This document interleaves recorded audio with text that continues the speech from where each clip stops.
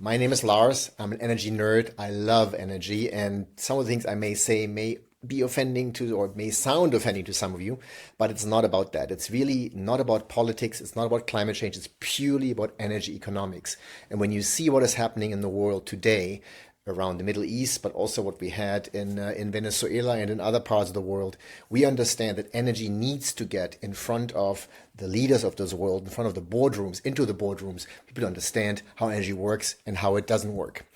So I'm here on the beautiful Tegernsee, and this is the re-recording of my presentation I just had a couple of hours ago at the amazing European Unternehmertag or Entrepreneurs Day.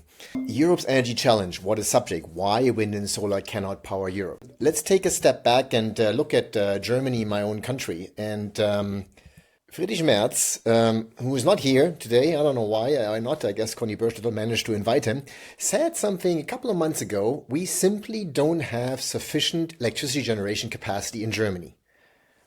Now just listen to this. We don't have sufficient electricity generation capacity in Germany after 20 years of energy transition, after probably trillions of euros spent.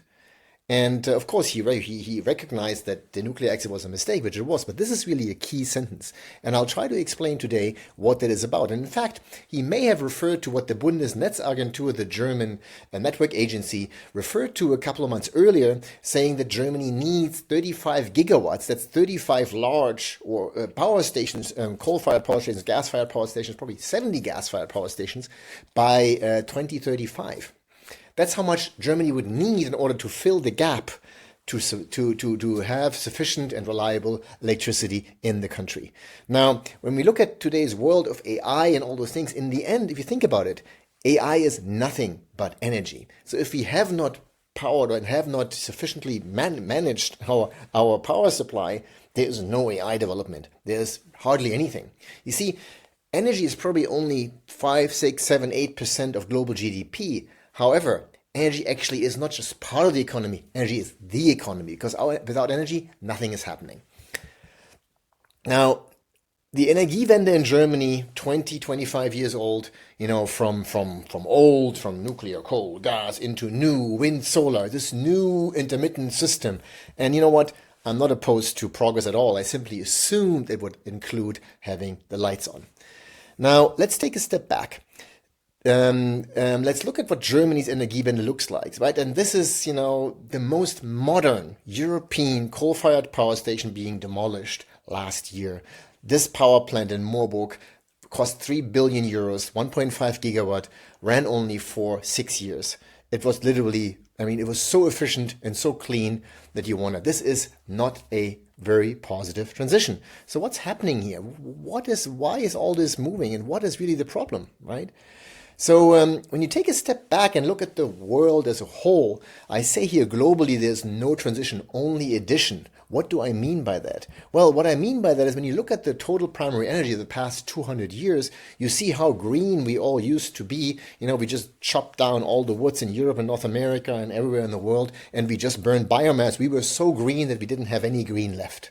Now, the industrial revolution came. We found coal, we found oil, later we found gas, nuclear, right, yellow here, and then hydropower, the blue here, and of course wind and solar, now making already up a whopping 3% of total energy supply or primary energy supply in the world, and 85% is still powered by fossil fuels today.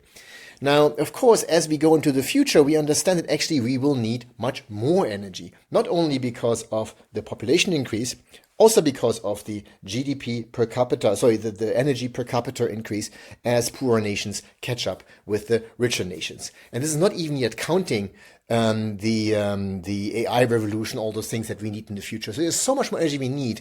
And whoever believes that a wind and solar based system is going to solve that or supply that in the next 25 years should rethink.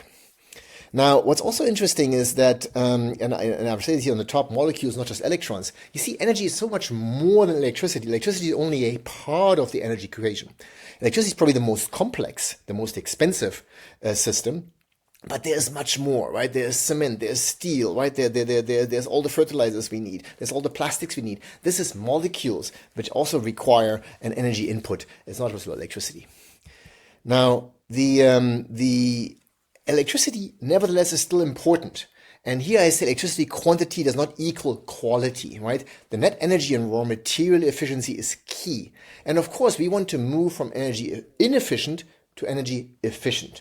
And I asked the question, what do you believe is the most efficient way of generating electricity? What is the most efficient way? I mean, you know it, right? Obviously, it's nuclear. Nuclear requires the least energy input and raw material input compared to energy output. Now, what's the second most efficient way of generating electricity? What's the second most efficient way? Well, it's actually a combination of coal, gas, and hydro. They're very efficient, not as efficient as nuclear, but the reason why we don't have more nuclear primarily is actually about cost. You see, nuclear is far more expensive than coal, gas, and hydro, despite it being more efficient. It has to do, of course, with the safety and all those things. But now the key question comes, what's the least energy efficient? And of course, when I was in the room, I got a bit of, whoa, when I said that, but basically wind, solar, and biomass are the least energy efficient. And I will try to explain why. Now, the first reason is energy density, right? This is China, right, in the Guizhou Rocky Mountains, basically, and you see these beautiful fields of solar panels being plastered all over the country. This is density at play. You see, there's only so little energy per square meter available to us, and that no technology can change. We need to install a huge infrastructure to collect this so-called free and green energy. And this is what you see exactly here. So energy density is number one reason. There's always three reasons, by the way, so two more to come. So the second one, we're all aware, right, the intermittency issue. Now, the intermittency issue is an interesting one. Again, you're all aware of it, but let me try to explain you one more time. So we use this 1 gigawatt, and I use 1 gigawatt because this coal-fired power station that was blown up in Germany was a bit more than 1 gigawatt, 1.5 gigawatt. So it's assumed there's this 1 gigawatt demand. And of course, the idea is when the sun shines, it shines during the day, it doesn't shine at night. So we overbuild 2 times because, of course, you need to move 12 gigawatt hours of energy from the day to the night. Right? So you have to, in the end, you have to overbuild 2 times. So 1 gigawatt of power, that's your car driving, or how fast it is, and this you need 12 gigawatt of energy, that's the fuel in your gas tank, in order to move it from the day to the night. In this case, 12 hours times 1 gigawatt, 12 gigawatt hours. Okay, no problem. Well, unfortunately, the world doesn't work like this. The best sunniest places in the world, in California and South Africa, in the Middle East, have 25 to 28% of what we call natural capacity factor. That means the sun shines on average there in those amazing sunny places 1 hour out of 4. Right? So in this case, you would have to overbuild 4 times. Okay, well, we in Germany, unfortunately, are not that lucky. The sun only shines 1 hour in 10 in Germany on average. So 10% is what we call the natural capacity factor in Germany, and that means you would have to overbuild 10 times. Well, so right now we just have overbuilt sufficiently solar to have electricity that we can basically move to the night. However, we have not yet used storage. We need to store, right, before we can move it to the night, and we can use either batteries or we can use hydrogen. Hydrogen is the most wasteful way of storing energy. Actually, up to 80% of the energy gets lost when you use hydrogen. When you use battery systems, only about 20% of the energy gets lost. So in this case, in Germany, you would have to overbuild 12 to 50 times in order to move the energy from day to night. Well, that's also 25 to 110 gigawatt hours of energy you have to move from the day to the night.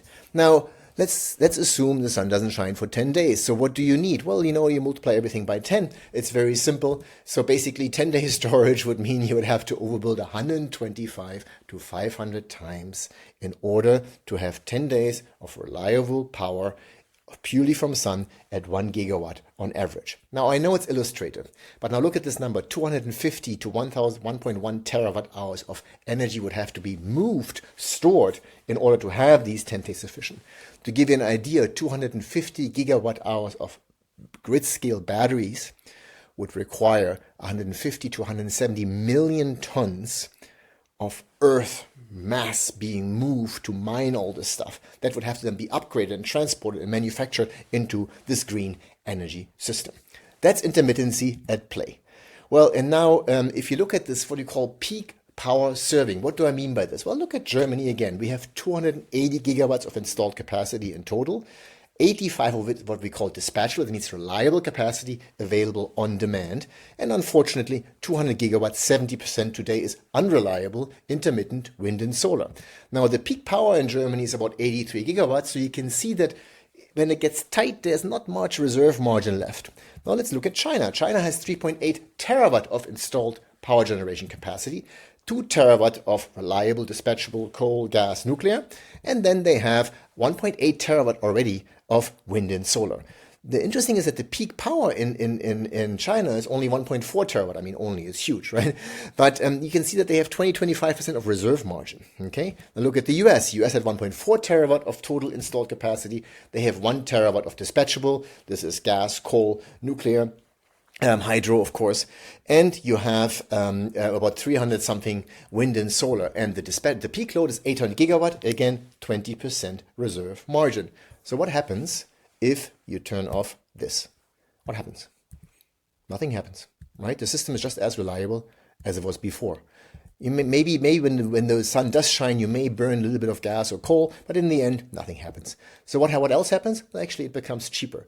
So now you can think, which of the three is the lowest cost? Is Germany the lowest cost? No. Is China the lowest cost? No. The US is the lowest cost, right? The lowest energy cost system is probably the US. China has the problem that basically they have built so much solar capacity that they have to dump their own solar panels in their own country, as you can see on those Rocky Mountains in China, right? And they have to use this, but you can see that they keep their systems reliable, right? With coal and hydro and some nuclear, of course. Yeah? So this is what China does. And China also has built 80 gigawatts of coal alone in 2025. That is 3 Rostock coal-fired power stations every single week, just in the last year. While Europe retired 13 gigawatts of coal in the last year because we don't really need it in Europe. So that's basically the peak power thing, right? Wind and solar are not peak power serving. They don't serve peak power. Reliable capacity, coal, gas, hydro, nuclear, right? Those they serve, or they are capable of serving peak power because they are dispatchable. Now, interesting is that Germany's peak load will increase to probably 100 gigawatt in the next 5 to 10 years, as per the Bundesnetzagentur, and the peak power capable load capacity, dispatchable capacity, will reduce to 60 gigawatt as we continue blowing up power stations. That is why the Bundesnetzagentur said we will need 35 gigawatts of additional capacity in the next 5 to 10 years in order to keep the lights on.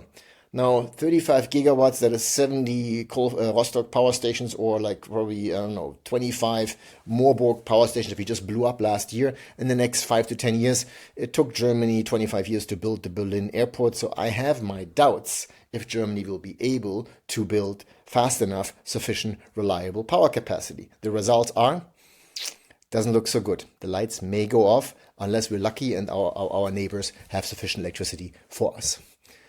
Now, the idea basically is of the so-called Energiewende that we replace one dirty system with 5 clean systems. What do I mean by that? Well, you will need to overbuild solar and wind, and I showed you how much you need to overbuild solar and wind.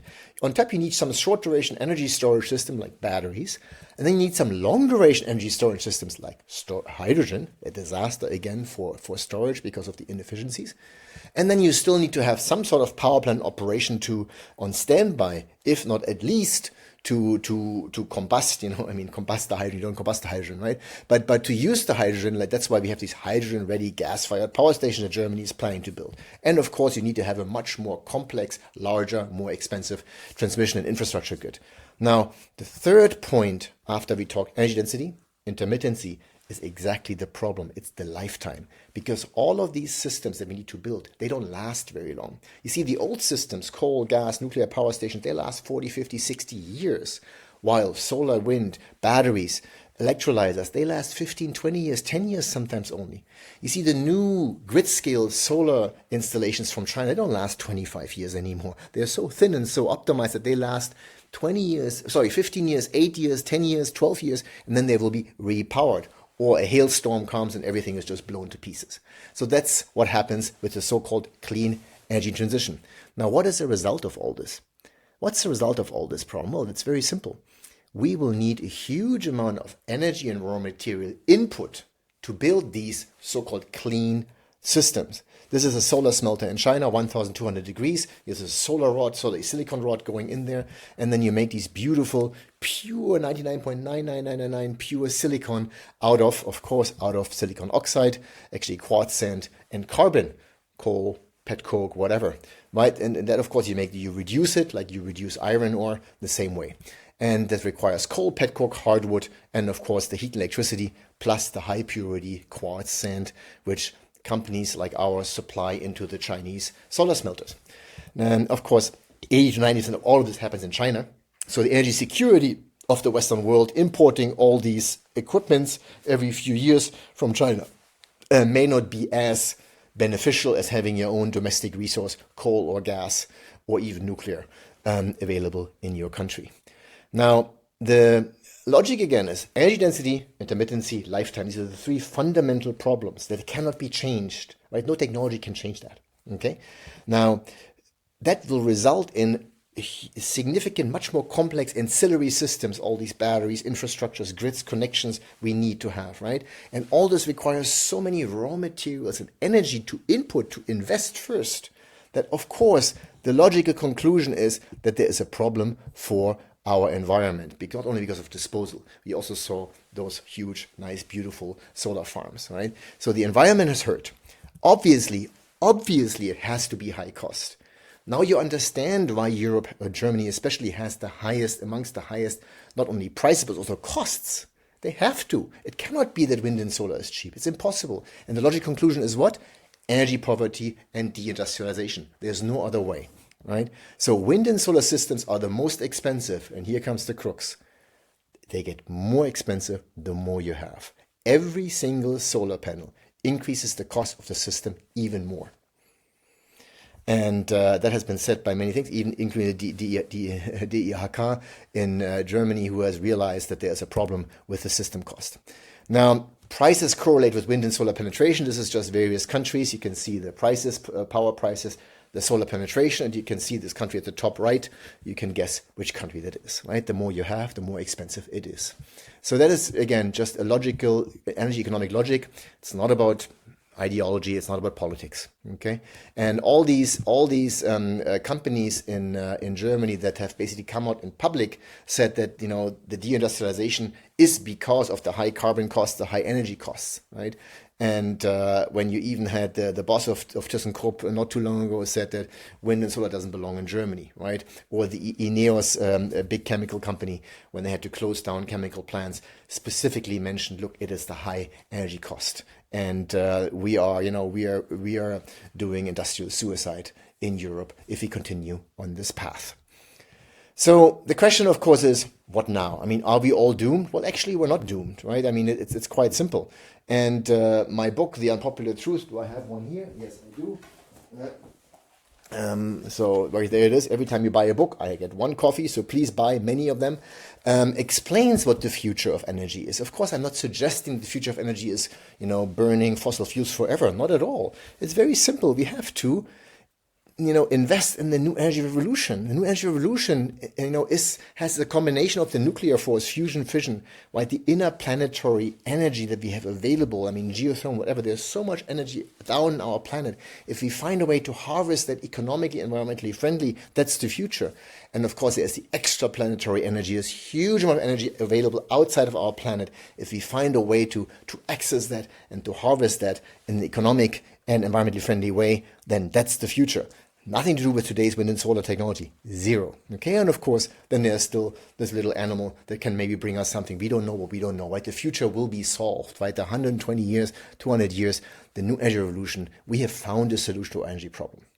But only when we have found that solution, only then can we actually get rid of our existing old systems, right? So we need to invest in our conventional systems. We cannot de-invest. We have to put money into coal, gas, nuclear, and hydro, not take money away from it. I mean, how obvious is that, right? And I mean, there's one more point.